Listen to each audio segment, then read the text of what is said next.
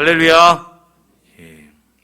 몇 해 전인가요? 월드비전 아동미래연구소라는 곳에서 전국에 있는 12살부터 14살까지의 아동과 청년들을 대상으로 이 꿈에 대한 실태 조사를 했습니다. 이름이 한국미래세대 꿈실태조사인데요. 3,746명을 대상으로 도대체 이 아이들이 어떤 꿈을 꾸고 있는가를 살펴봤는데 그 결과가 다음과 같았습니다. 보시다시피 지금 꿈을 가지고 있다, 내가 꿈이 없다라고 대답을 이렇게 많이 했는데요. 구체적이고 분명한 꿈이 있다고 얘기한 경우가 저기서 보면은 회색선입니다. 여러분 보시겠지만 초등학교 때는 거의 80%가 꿈이 있다고 얘기를 했는데 청년이 되니까 채 30%를 겨우 넘습니다. 그러니까 나이가 들수록 세상을 알아갈수록 꿈을 잃어간다는 뜻이 되는데요. 근데 여기서 더 좀 눈여겨볼 것은 저 중간에 있는 빨간 선입니다. 꿈이 있다고 말한 애들조차도 구체적으로 꿈이 뭐냐고 물어보면 그걸 대답하지 못했습니다. 그만큼 꿈이 막연하다는 것인데요. 우리 생각으로는 좀 나이가 들면 그 꿈이 더 확실해지지 않을까 싶은데 청년이 되니까 더 꿈이 불확실해지고 막막해진다고 나타나 있습니다. 왜 이렇게 될까? 세상이 참 이렇게 만든 게 아닌가 싶은데요. 특별히 꿈에 대한 부정적인 답변을 많이 한 아이들을 살펴봤더니 계층적으로 빈곤층이 많더라고요. 그래서 이들에게 왜 꿈이 없는지 불확실한지를 물었습니다. 그랬더니 다음과 같이 대답을 했는데요. 보시다시피요. 그냥 넘겨주시죠. 못 이룰 것 같아서라고 얘기합니다. 그리고 꿈을 왜 가져야 되느냐 필요를 못 느낀대요. 이렇게 잘 살아서 그러는 게 아니라 애들이 그냥 그러고 사는 거예요. 그리고 이들을 이끌어줄 사람이 없기 때문에 멘토가 부족해서 꿈도 제대로 꾸지 못하고 있는 것입니다. 세상으로 나아가기도 전에 이미 꿈을 박탈당하고 만 것입니다. 이 부분이 참 마음이 아팠는데요. 같은 시기에 마이 드림이라는 비영리 사단 법인에서 2,231명을 대상으로 비슷한 조사를 했어요. 그런데 여기에서 그럼 너희들이 꿈이 없다면 너희들이 생각하는 미래는 어떤 모습이냐고 물었는데요. 다음과 같이 대답을 했습니다. 보시다시피요. 나의 미래는 불안하다라고 얘기한 사람, 나의 미래는 걱정이 된다고 얘기한 사람이 전체의 60%가 훨씬 넘었습니다. 그러면은 왜 그렇게 불안하니 했더니 꿈을 잃어버린 그 자리에 걱정과 불안이 차지하게 되는데요. 그럼 이들을 괴롭히는 그 걱정은 무엇일까?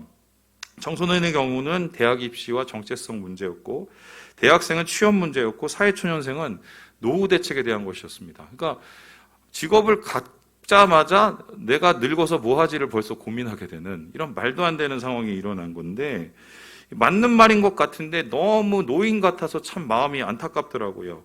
예전에 제가 여러분께 한번 말씀드렸죠. 우리나라 행복지수를 검사를 해봤더니 OECD 23개국 회원국 중에 제일 꼴찌에 달하는 그 상태가 지금 5년 동안 이어지고 있습니다. 애들이 너무 일찍 경쟁을 배우고 현실을 배우기 때문인데요. 그래서 어떤 인생을 살지보다는 우리 청년들이 뭘 먹고 살지를 더 많이 고민을 합니다. 적성, 장래 희망, 꿈 이런 건 일찍 접어버리고 당장 내가 먹고 살 수 있는 안전한 직장만 쫓아다니게 되는 것이지요. 그러면 이 안전한 직장을 찾게 된다고 이들이 행복해질 것인가? 그런데 20대 청년들을 살펴보면 이 대다수가 30% 이상이 무기력함을 느끼고 그리고 나머지 분들이 또 번아웃, 심리적 탈진을 호소하고 이 중에는 우울증을 호소하는 사람들이 꽤 많은 것으로 보고되고 있습니다. 이와 같은 현상, 꿈을 잃어버린 사람들에게 나타나는 현상인데요. 아이들이나 청년들에게 국한되는 것일까요? 중년, 장년, 더 나아가 노년, 꿈이 없어도 잘 살까? 목사님, 목구멍이 포도청인데 꿈꿀 시간이 없습니까? 이렇게 얘기할 수 있겠지만 사실 우리는 압니다. 꿈이 없는 인생이 얼마나 삭막한지. 꿈을 잃은 인생은 행복하기가 참 힘듭니다. 특별히 신앙인에게 꿈은 더 그렇지 않습니까? 신앙 자체가, 이 말 자체가 이미 꿈과 관련됐습니다. 생각해 보세요. 믿을 신자에 바라볼 앙이에요. 믿고 바라보는 것을 다음 말로 하면 꿈이죠. 그래서 신앙한다는 것은 꿈을 가진다는 것인데 삶 가운데 답답한 일 당하고 생각지 못한 어려움을 당해서 꿈 따위가 점점 희미해지고 잃어버리는 신앙인들이 점점 늘어나고 있지요. 코로나를 경험하면서 더욱 그러는데요. 그래서 이와 같이 신앙인이 꿈을 잃게 되면 어떻게 될까를 고민하다가 제임스 패커 목사님이 다음과 같은 얘기를 했습니다. 우리 같이 한번 읽어볼까요? 시작. 소망을 잃으면 우리를 매혹하는 다양한 기회와 경험에도 불구하고 인생은 단순히 생존의 차원으로 격화되고 맙니다. 소망 없는 인생은 흥미없고 충족감도 없으며 냉혹하며 생기를 잃고 반항적이며 괴롭고 고통스러운 생존에 지나지 않습니다. 우리는 소망이 있을 때만 살아갈 수 있습니다. 사람들 얘기합니다. 살아만 있는 것도 소망이다. 그런데 사실 그게 아니죠. 소망이 있어야 제대로 삽니다. 저렇게 생기발랄했던 사람이 어느 날 갑자기 어두워지고 어느 날 갑자기 이상해지는 이유가 뭘까? 잘 살펴보면 소망이 없고 꿈이 없기 때문이에요. 여러분, 소망이 없는 삶, 꿈이 없는 삶, 이 말이 이해가 되십니까? 이 삶이 얼마나 고통스럽고 괴로운지 여러분 경험해 보셨습니까? 지금 경험한 분도 계시고 경험하고 계실 분도 있을 텐데요. 잠언 기자도 오래전 이런 소망이 없는 삶, 꿈이 없는 삶을 경험하고는 이렇게 희미해지는 그 고통을 다음과 같이 이야기합니다. 우리 함께 13장의 말씀을 같이 한번 읽어보죠. 시작! 소망이 더디 이루어지면 그것이 마음을 상하게 하거니와 소원이 이루어지는 것은 곧 생명나무니라. 소망이 이루어지면 마음이 상한데요. 여기서 상한다는 말을 직역하면요, 병들고 약해지는 것을 말합니다. 그러니까 꿈이라는 게 우리 마음을 살리기도 하고 죽이기도 하는 겁니다. 어떤 삶은 이 꿈을 통해서 일어서게 되고 어떤 삶은 꿈이 없어서 내려앉게 됩니다. 그래서 이렇게 말할 수 있는데요. 어떤 꿈을 꾸고 있는가, 지금 어떤 꿈을 꾸고 있는가가 내가 지금 어떻게 사는가라는 말과 같은 말이 됩니다. 내 삶의 척도는 곧 어떤 꿈을 꾸고 품고 사는 방식이라고 해도 과언이 아닌 것입니다. 오늘 우리가 본문을 살펴보려고 하는 이유가 바로 이것인데요. 바울을 통해서 우리는 그의 꿈을 살펴보므로 진짜 꿈이 뭔지를 알고 싶습니다. 여러분, 바울은 꿈꾸는 자였습니다. 하지만 그의 삶이 꿈꾸기에 넉넉했을까요? 아닙니다. 숱한 고난과 환난이 있었습니다. 실패와 좌절이 있었습니다. 하지만 이러한 최악의 상황 속에서도 바울은 꿈을 포기하지 않습니다. 그 이유가 무엇일까요? 바울은 제대로 된 꿈을 품었기 때문입니다. 결코 놓칠 수 없으며 빼앗을 수도 없는 진짜 꿈. 이 꿈을 꾸기 때문에 바울은 끝까지 포기하지 않은 것인데요. 그렇다면 그의 꿈은 도대체 무엇이었을까요? 어떤 꿈이었길래 그는 이 꿈을 끝까지 붙잡을 수 있을까? 본문을 살펴보면 바울이 꿈에 대한 생각을 세 가지로 정리할 수 있겠습니다. 우리 첫 번째 같이 한번 읽어보도록 하겠습니다. 시작! 가짜 꿈은 달콤하다. 바울은 진짜 꿈을 찾기 위해서는 가짜 꿈을 분별해내야 된다고 말을 합니다. 그런데 그 가짜 꿈을 분별하는 게 결코 쉽지가 않아요. 우리 함께 24절의 말씀을 같이 한번 읽어보겠습니다. 시작! 우리가 소망으로 구원을 얻었음에 보이는 소망이 아니니 보는 것을 누가 바라리요. 바울은 진짜 꿈을 꾸기에 앞서서 가짜 꿈과 진짜 꿈을 선별해야 된다고 말합니다. 왜냐하면 진짜인 줄 알고 투자를 했는데 가짜 꿈에 투자를 하게 되면 이미 진짜 꿈을 품기도 전에 낙담하고 포기할 수 있기 때문입니다. 그래서 가짜 꿈을 골라내는 과정이 무엇보다 중요하다라고 말을 하는데요. 그러면 바울이 말하고 있는 가짜 꿈이라는 것은 무엇일까요? 24절을 살펴보듯이 보이는 소망, 잡히는 꿈, 그래서 우리가 지금 당장 눈앞에 보이는 게 가짜 꿈이라고 이야기를 합니다. 그럼 제가 질문해 보겠습니다. 가짜 꿈이 더 매력적이겠어요? 진짜 꿈이 더 매력적이겠어요? 어떻게 생각하세요? 솔직히 가짜 꿈이 훨씬 매력적입니다. 왜요? 눈앞에 있고 잡힐 수 있으니까요. 그래서 이 가짜 꿈을 좇는 것은 당연한데요. 진짜 꿈보다 몇 배 더 달콤하기 때문입니다. 이런 씁쓸한 경향은 크리스찬에게도 별반 다르지 않죠. 제가 예전에 기억나는 게 한 간사님이 계셨어요. 우리 그 외대 하시는 간사님인데 열심히 하시다가 이분이 이게 여자분을 만나서 결혼을 했는데 갑자기 사역을 다 포기하고 전혀 생판 이상한 데서 막 일을 하고 계시는 거예요. 그래서 의아해서 나중에 이제 물었어요. 왜 그러셨냐고 물었더니 그 여자분을 만나서 꿈을 갖게 됐대요. 그 꿈이 뭔지 아세요? 강남에 있는 아파트를 사는 거예요. 그래서 그 강남에 있는 아파트를 사는 게 꿈이 이루어졌는지 아닌지 모르지만 제가 최근에 이제 그분을 알게 돼서 어떻게 살고 있는지를 봤더니 그 꿈에 만족하고 사시진 절대로 않으세요. 여러분, 가짜 꿈은요 설탕과 비슷하기 때문이에요. 설탕 아시죠? 너무나 달콤합니다. 끊기가 어렵습니다. 그런데 이와 같은 달콤함에는 항상 부작용이 따릅니다. 저를 보세요. 그 부작용이 그대로 보이지 않습니까? 제가 청년 때 58kg였어요. 근데 지금 90kg가 훨씬 넘습니다. 그 이유가 뭐냐? 이 살의 대부분을 다 미국에서 찌게 된 건데 미국 가서 막 짜증나고 힘든 일이 있을 때마다 우리 집 바로 옆에가 던킨이었어요. 그래서 그 던킨 도너츠 집 가갖고 원더전이라고 그랬고 12개짜리 그 도너츠 세트를 사갖고 저녁마다 우리 아내하고 먹으면서 살이 드륵드륵 쪘거든요. 가끔 가다가 또 이제 그 땡기면은 우리 스페셜하게 오늘은 딴 거로 먹자라고 그 옆에 있는 베스킨에 가갖고 한 통을 샀는데요. 우리나라 아이스크림이 한 3, 4배 되는 그 통을 저녁에 다 먹은 적도 있어요. 왜냐하면 설탕으로 그냥 위로를 받고 산 거지요. 그런데 결국 그 끝이 이렇게 됐어요. 부작용이 나타난 거지요. 설탕처럼 이 가짜 꿈은 달콤하지만 그 끝이 안 좋아요. 여러분 그거 압니까? 설탕의 역사에는 비극이 담겨 있다는 거. 다음 그림을 보시면 알 수 있는데요. 이게 뭐냐면요. 자메이카예요. 이 자메이카에서 이제 사탕수수 재배하는 건데 여기에 잡혀온 사람들이 누구냐면 다 흑인 노예들입니다. 흑인 노예들 원래 아프리카에 있어야 되는데 이 사람들이 왜 여기까지 왔느냐? 이 사람들이요 사탕수수 재배할 이 사람이 없어갖고 여기 노동자로 온 거예요. 그것도 그냥 끌려갖고 짐짝처럼 끌려왔어요. 이 300년 동안 이게 있었는데 1250만 명이 끌려와갖고는 그 중에 1000만 명만 남고 중간에 250만 명 죽고요. 그나마 온 사람들 중에서도 여기서 사탕수수 밭에서 일하다가 엉망진창이 돼서 인생 마감한 사람이 한둘이 아니에요. 거의 이들에 대한 처우는 동물급이었고 이 사업에 뛰어든 사람들 중에는 많은 수가 크리스천이었습니다. 웃기죠? 이렇게 끔찍한 사업에도 불구하고 300년 동안 이 설탕, 노예 사업이 이어질 수밖에 없었던 이유는 다름 아니라 사탕수수, 설탕 때문이었어요. 서인도되죠. 지금 이 자메이카 거기에 재배되던 사탕수수 농장 뭐 여기 필요하니까 끌려오게 된 건데 이런 달콤함 뒤에는 매우 잔인한 씁쓸함이 있었던 것입니다. 우리의 가짜 꿈도 비슷합니다. 달콤한 뒤에는 항상 잔인한 씁쓸함이 있습니다. 잘 보이고 잘 잡히니까 쉽게 만족을 주지요. 하지만 얼마 지나지 않아서 그 즐거움이 사라지고 맙니다.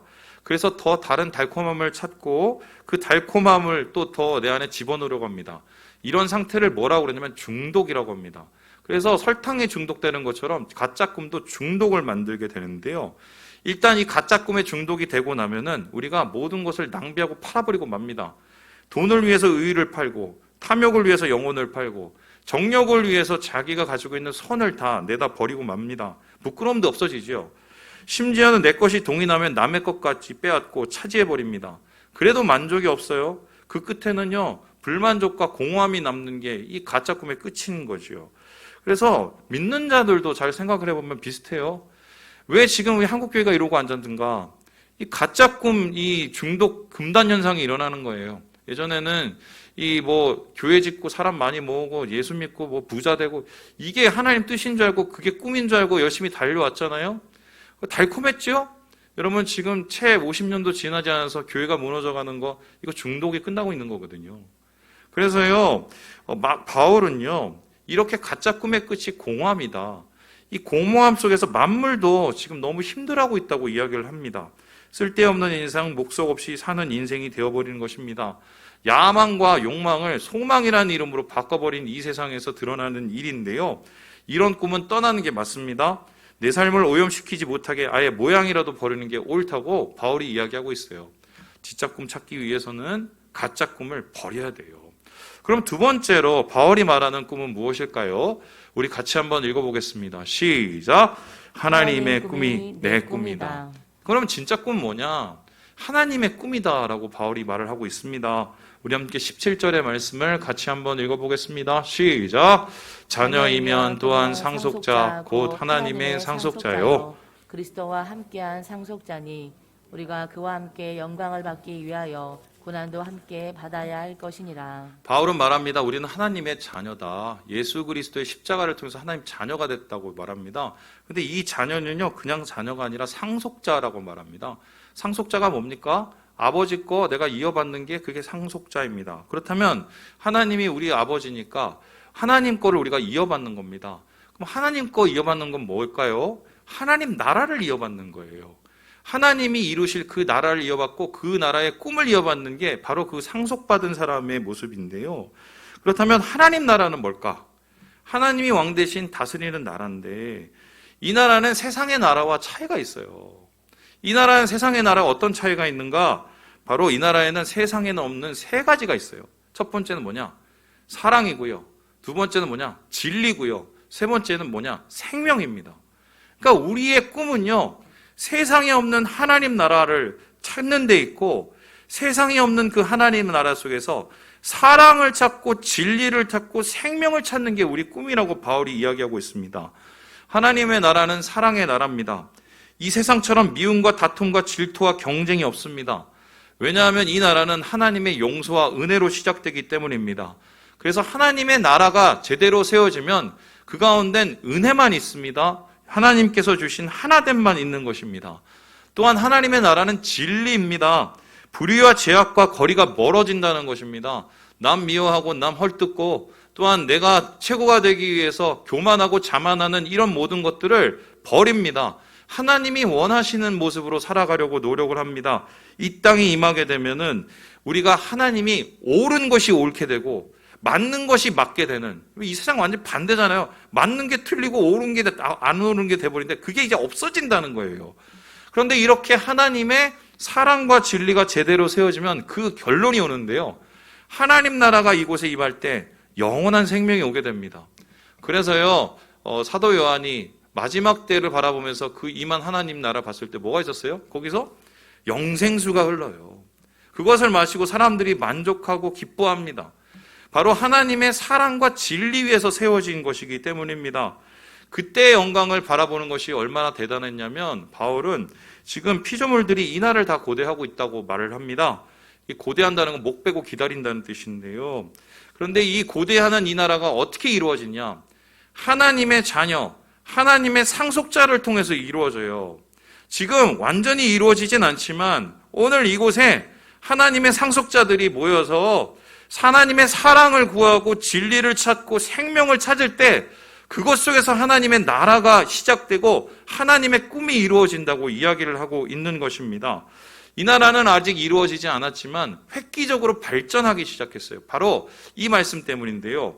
우리 함께 요엘서 2장 말씀을 같이 한번 읽어봅니다. 시작!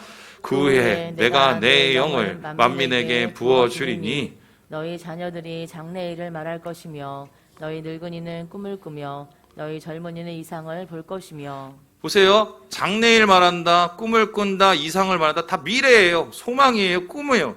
그러니까 마지막 때는요, 꿈을 꾸는 세대예요. 근데 어떻게 꿈을 꾸게 되냐? 내 영이 부어질 때, 성령이 임할 때입니다. 이 말씀은 사도행전 2장에 이루어지고요. 오순절 성령이 강림할 때 그들 가운데 이 꿈과 이 하나님의 이 이상이 나타나요. 어떻게 됩니까? 싸우고 어제까지 불안에 떨던 사람들이 같이 모여서 찬양을 하고 하나가 됩니다. 자기 걸 다 나눠 가져요.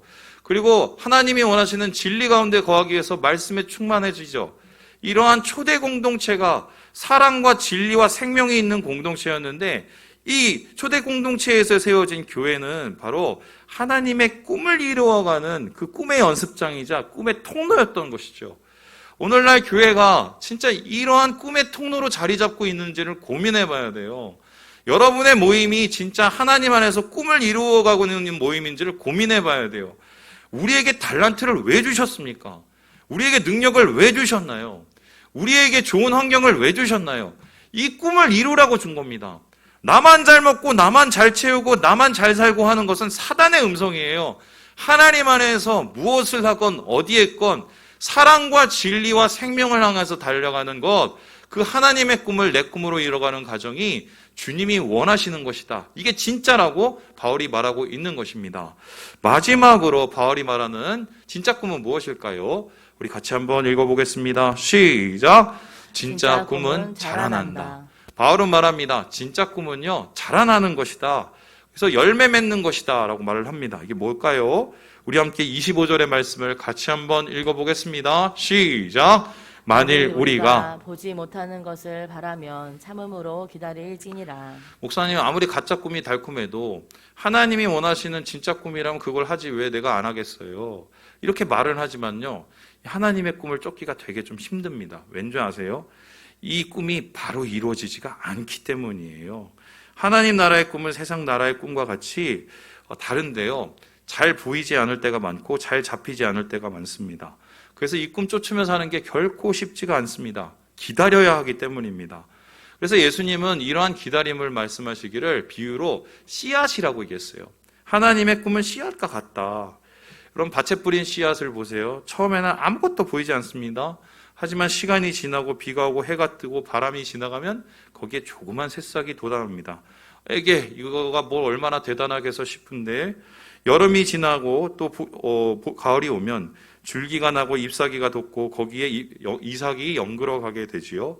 그리고 100배, 60배, 30배의 열매를 거두게 됩니다. 진짜 꿈은 이런 씨앗과 같습니다. 밭에 뿌려진 씨앗, 기다림이 필요하지요. 그런데 이 기다림은 어떤 기다림일까? 바울은 특별히 본문에서 이 기다림이 참음이라고 이야기를 하고 있어요. 근데 이 단어를 좀 주의 깊게 볼 필요가 있는데요. 이 참음이라는 단어는요, 다음에서 보시는 것처럼 휘포모네입니다. 휘포모네는 그냥 참는 게 아니라 견고히 서서 뿌리 내리고 기다리는 참음을 뜻해요. 그래서 하나님 안에서 내가 이 나라의 꿈을 품기 위해서 기다린다는 것은 견고히 서고 내가 있는 그곳에서 뿌리를 내리고 기다리는 것입니다. 그렇다면 우리가 뿌리 내야 될 진짜 꿈이 뿌리 내려지는 곳은 어딜까요? 성경은 그게 하나님의 약속이라고 말을 해요. 세상이 아니라 하나님의 약속, 세상 사람의 생각이 아니라 하나님이 우리에게 주신 그 약속 위에 뿌리를 내리라고 말씀하십니다. 예수님은 이 하나님의 나라의 꿈이 이루어질 것을 약속하셨어요. 그리고 이 꿈을 위해서 나아가는 모든 자들과 함께 하실 것이라고 맹세까지 하셨습니다. 우리의 꿈이 허위로 돌아가지 않는 이유가 바로 이 때문입니다. 주님이 약속하셨기 때문이에요. 이 약속 위에 우리가 뿌리 내리고 우리가 열매를 맺으려고 기다리고 참고 서 있기 때문입니다. 그래서 비바람이 나고 풍수가 지나고 태풍이 다가와도 버팁니다. 견고히 섭니다. 결국은 자라날 것이기 때문에, 결국은 이루어지시기 때문에 우리는 날이 개는 것을 봅니다. 싹이 돋는 것을 느낍니다. 그리고 줄기가 오르고 잎사귀가 나고 그리고 열매가 맺혀가는 것을 경험하는 삶, 이게 꿈꾸는 자, 진짜 신앙인의 모습이라고 바울이 말을 합니다. 이러한 꿈꾸는 자의 기다림을 성경은 한마디로 뭐라고 얘기하느냐? 믿음이에요. 믿음은 견고히 서는 거예요. 견고히 서서 그날을 기다리는 거예요. 바울은 이렇게 기다렸습니다. 그리고 어떻게 되나요? 결국 세상을 뒤집었어요. 하나님의 나라가 세상 가운데 임하는 것을 경험했던 것입니다. 제가 오늘 말씀을 어떻게 끝낼까 되게 고민을 하고 있었어요. 왜냐하면 오늘 제가 여러분과 나눌 이 말씀이 제 오랜 좀 몇 주간의 큰 고민이었기 때문입니다. 그러다가 제가 책을 한 권을 보게 돼서 한 분을 알게 됐는데요. 바로 이분이에요. 이 KT 데이비스 선교사라는 분입니다. 어느 분이냐면 찾을 수 있겠어요? 저 중간에 그 머리가 이게 아리답게 긴 저 백인 여자분이에요. 여러분, 이분은요, 한마디로 표현하면 꿈꾸는 소녀예요. 이분이 지금 사역하는 곳이 우간다 진자라는 분인데요. 여기서 아마지마라는 진리라는 이 공동체를 하고 있습니다. 그런데 이분이 사역하시는 게 뭐냐? 보시다시피요, 아이들을 키우고 있어요. 근데 이 나이가 지금 25도 채 되지 않는 나이예요. 이거 어떻게 이런 일이 일어났을까? 이 18살에 이 선교사님이, 그때 선교사도 아니었죠. 고등학생이었는데 우간다로 선교여행을 가요. 근데 거기에서 갔다가 감동을 받았어요. 하나님의 부르심을 받았어요. 원래는요, 이 뭐 의료 공부를 해갖고 뭐 의사가 되고 싶은 생각이 있었었는데 그것을 때려치고요, 부르심을 받은 그곳으로 갑니다. 19살에 졸업한 다음에 바로 그곳에 있는 고아원을 섬기기를 시작을 해요. 그래서 그 고아원에 이 뭐 아이들 버림받고 학대받고 뭐 에이즈로 엄마 아빠 죽은 소녀들이 많았거든요. 그 소녀들을 그냥 같이 있기가, 그래서 같이 집에서 데리고 와서 살아요. 그렇게 데리고 와서 살다가 더 이상 이 법적으로 얘네들을 보호해줄 근거가 없기 때문에 입양을 합니다. 그렇게 입양한 애들이 몇 명이다? 13명이나 입양을 해요. 결혼도 안 한 소녀가 13명의 아이를 입양을 했어요. 이게 말이 돼요? 그런데 법정에서는 나이도 안 되고 결혼도 안 한 이 사람을 믿을 수 없으니까 인정을 안 해줬어요. 그래서 법적으로 이게 여러 가지 상황을 투쟁을 하다가 결과적으로는 아이들을 양육하는 양육권을 받게 됐고요. 돈이 필요하니까 펀드를 모으고, 그리고 책을 쓴 이유도 이런 것을 도움을 받기 위해서 쓰기 시작을 했더라고요.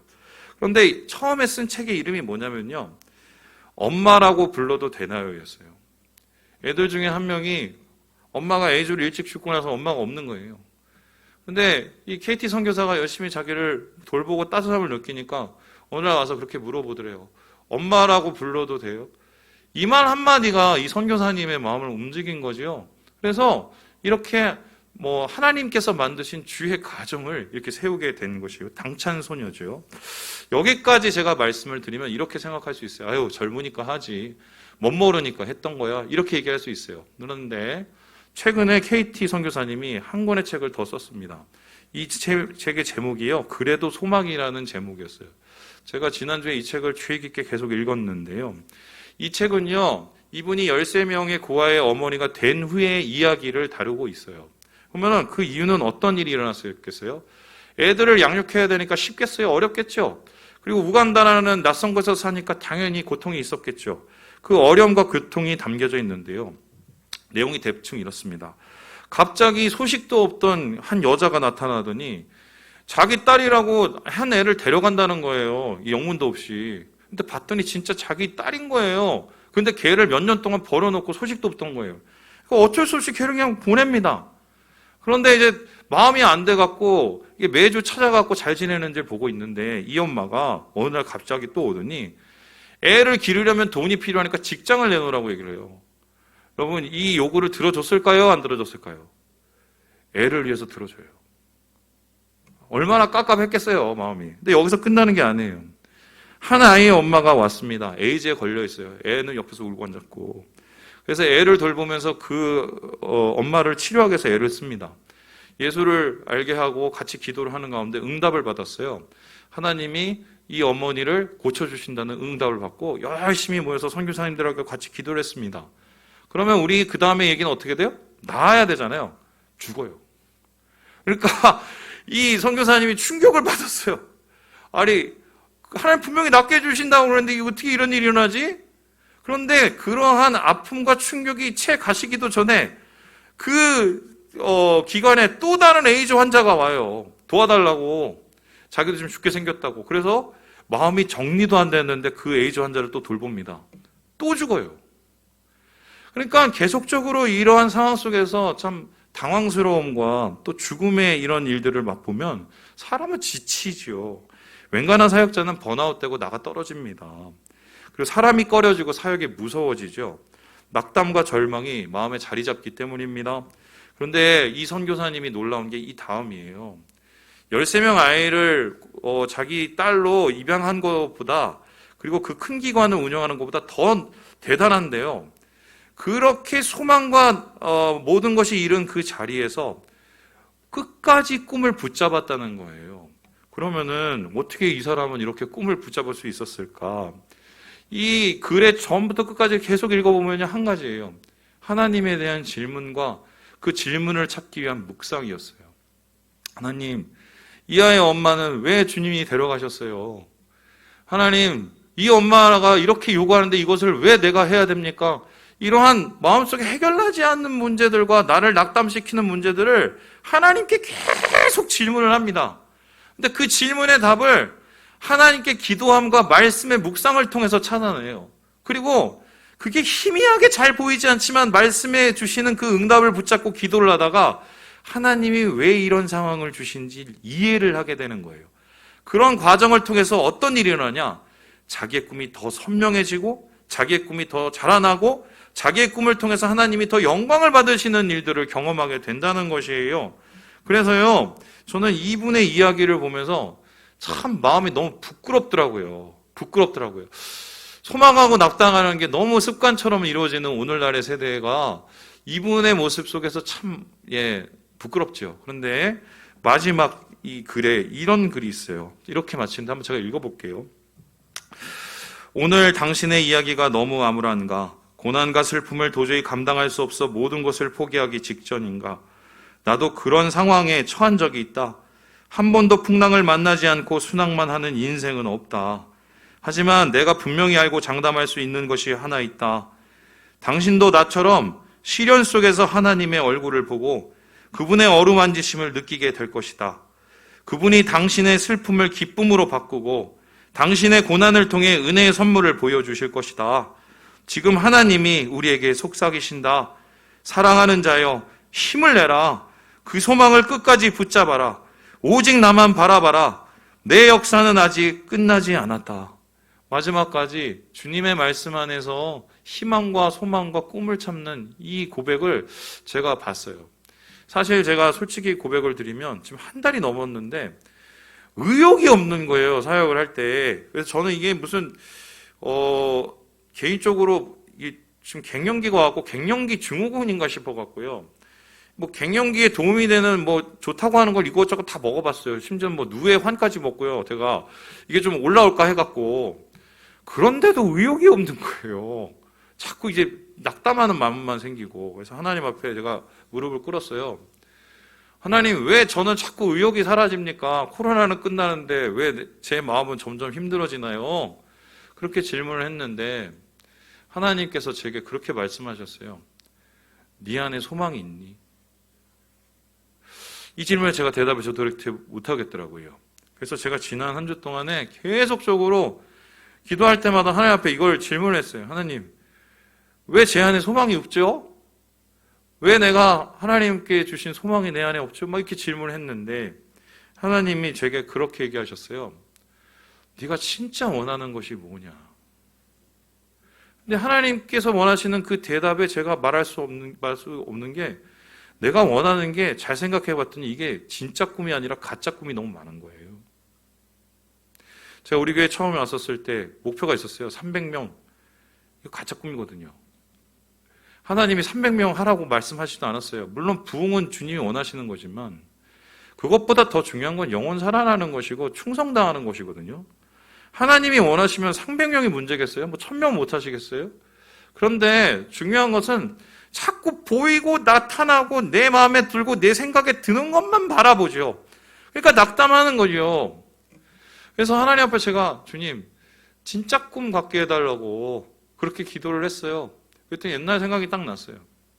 옛날에 제가 막 꿈을 잃고 참 인생에 뭐하고 살지를 참 막막해서 중국에 간 적이 있어요. 거기서 뭐 선교 사역 잘 마치고 돌아오는데 마음에 이게 허전함이 해결이 안 되는 거예요. 그래서 밤에 그 배를 타고 단동에서 오는데 하나님 앞에 울면서 내가 그렇게 기도를 했어요. 하나님, 나는 앞으로 한국에 가서 뭐하고 살아야 됩니까? 저는 왜 뭐 소망도 없고 꿈도 없어요. 그랬더니요. 하나님이 그때 저한테 그러셨거든요. 너는 왜 네 꿈만 생각하니? 내 꿈을 같이 꾸면 안 되겠니? 제가 그때 뒤통수 한 대 얻어맞은 것 같았어요. 내 꿈만 생각해요. 하나님이 주신 하나님의 꿈, 하나님의 나라, 하나님이 나를 이루기 위해서, 나를 통해서 이루시기 원하는 그것, 관심이 별로 없었던 거예요.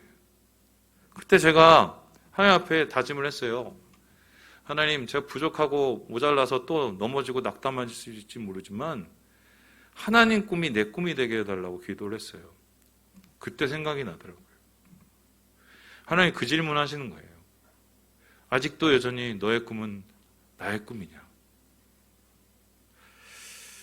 우리 함께 시편 126편 읽고 마무리를 해보겠습니다. 시작.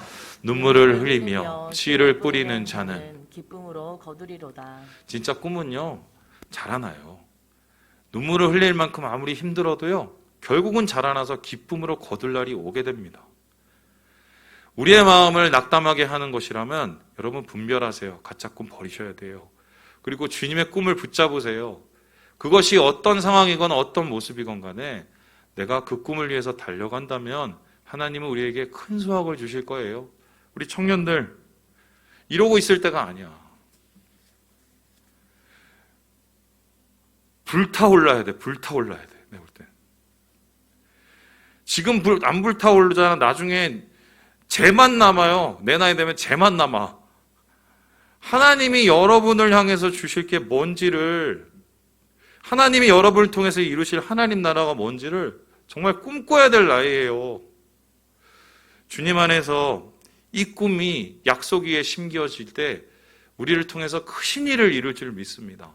우리 사랑하는 여러분, 주님이 우리의 꿈이십니다. 하나님이 우리를 통해서 그 꿈을 이루어 가십니다. 주의 꿈을 이루어가고 이 꿈 위에서 주님께 영광을 돌리시는 사랑하는 주의 백성 되시길 주님의 이름으로 축원합니다.